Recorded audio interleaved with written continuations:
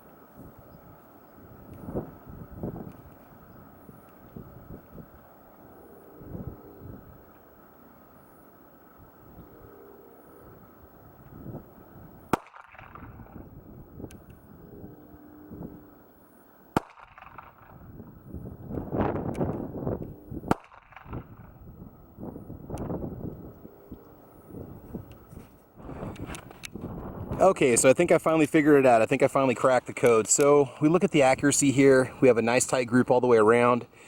In order to accomplish this with the Bodyguard, you got one choice, and that's to initially start off with slow, deliberate trigger pulls, you know, staging the trigger, staging the hammer.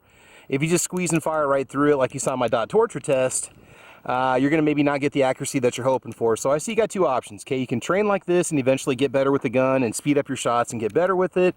Or you could rely upon the laser, which you have dialed in for the gun, which is going to put the bullets wherever the laser dot is pointing. And that would almost be my recommendation for shooting this gun. But overall, it really wasn't bad. A little snappy. You know, it's not too painful to shoot. It's not too bad. But otherwise, I'm pretty happy with what I saw.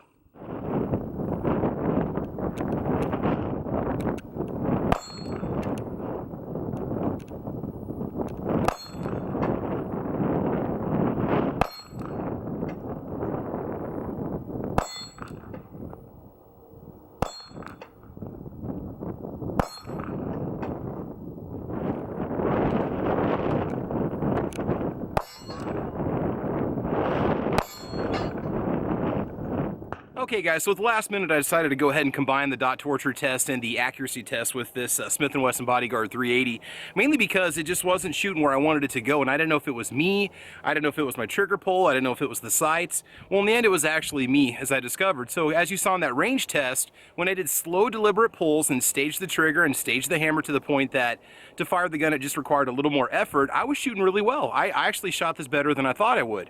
And so if you get a gun like this, here's what you need to know. know. Especially if you have the dot sight, the laser sight, you want to get that dialed in at the range for whatever distance you think you might need for self-defense, maybe 10 feet or, 5 yards, whatever, and get that taken care of, okay? And then when you practice with it, start off with slow, deliberate trigger pulls, get a good placement on the gun, figure out where the bullets are going to go, all right? And then as you practice with it more and more, maybe increase your rate of fire. Just don't go into it pulling off quick shots, because if you do, you're going to be throwing shots all over the place. That's what I discovered about this gun. You got a very heavy trigger pull, and part of it is because this is a self-defense pistol, and even though it does have a mechanical safety on it, that heavy deliberate trigger pull is also part of the personal defense trigger. Okay, this is kind of my hypothesis on it all.